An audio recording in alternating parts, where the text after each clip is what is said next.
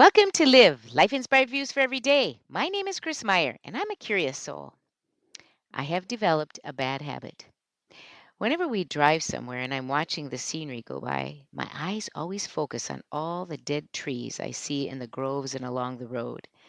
I know there are a lot of them because of the ash borer that has destroyed so many, but why do I focus on the dead ones instead of all those that are still green and plush and living? As humans, we often first see this small dot on the white sheet of paper instead of seeing all the white. Why is it sometimes so easy to focus in on the negative before the positive? I also know we can change those habits with some discipline and intention. Do you know how I know? Because of my husband's snoring. I shouldn't tell you that he snores, but he does. Not as bad as it used to be, but when it was bad, instead of waking him up to stop snoring because I couldn't sleep, I tried to condition myself to not hear it. And I finally did. Somewhere I read about a woman who never let her husband's snoring bother her or make her upset because she realized his snoring was a reminder that he was still next to her, living and breathing. She had many friends who would give anything to hear a husband snore again. So I reframed his snoring and decided to desensitize myself. I truly don't hear it now. With concentration, I succeeded. Concentrate. A powerful word that can change behavior. Concentrate. A little word to use as focus. Concentrate. I have also worked at not getting so upset when something doesn't go right, or I make a big mistake, or I broke something. It isn't good for our physical and mental health, and I know how often I would want others to calm down and not get all out of sorts when something is broke or it doesn't go right. So years ago, I figured I'd better make sure I lived up to my expectations of others. In practicing the art of patience, I would often summon the memory of my mom's voice when something broke. It's just a thing, she'd say. Hmm, Perspective. The powerful word that can change behavior. Perspective. A little phrase to use as self talk. It's just a thing. Last month, I was recording a 1 hour podcast to use about using storytelling in teaching for my colleague, Dr. Dan Strohmeyer. I had just finished the recording and pushed the wrong button that deleted the entire recording instead of saving it. I was on a time crunch and that didn't help. I walked into the living room and calmly told my husband, "You're not going to believe what I just did."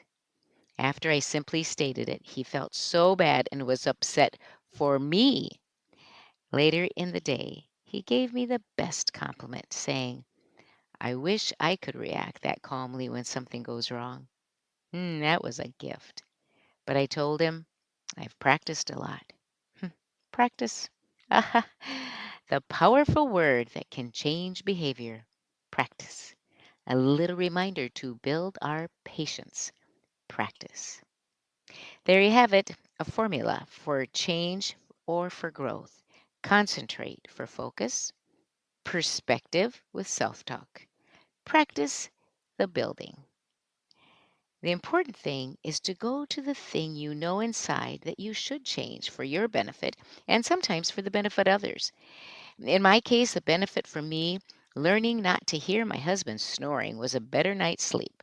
But the benefit for him was that I wasn't becoming more resentful or blaming him for something he couldn't control. And in controlling my reaction when something was upsetting, definitely benefited my health because anger can play havoc on one's internal system, blood pressure, attitude, and it also has a negative effect on our immune system.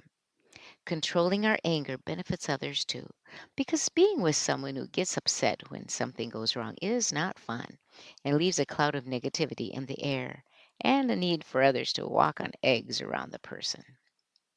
So here's a little formula for dealing with times when you get upset, and it's worth writing down. Number one, speak quietly.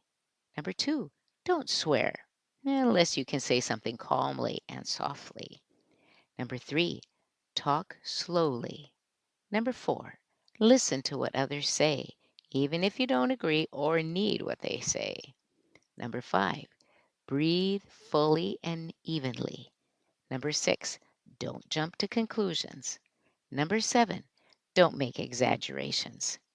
Number 8, use a positive self talk and say it over and over until you get over the speed bump of frustration.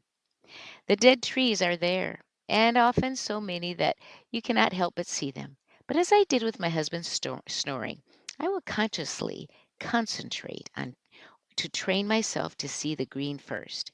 And using perspective, remember that dead trees are wonderful homes for birds and insects. Then each time I'm on the road, I will practice looking for the green trees first. This week on your bathroom mirror, write, what behavior do I need to change? Then apply the formula. Concentrate, create perspective, and practice. Join me next Monday for Live, Life Inspired Views for Every Day. I'm Chris Meyer, and I'm a curious soul.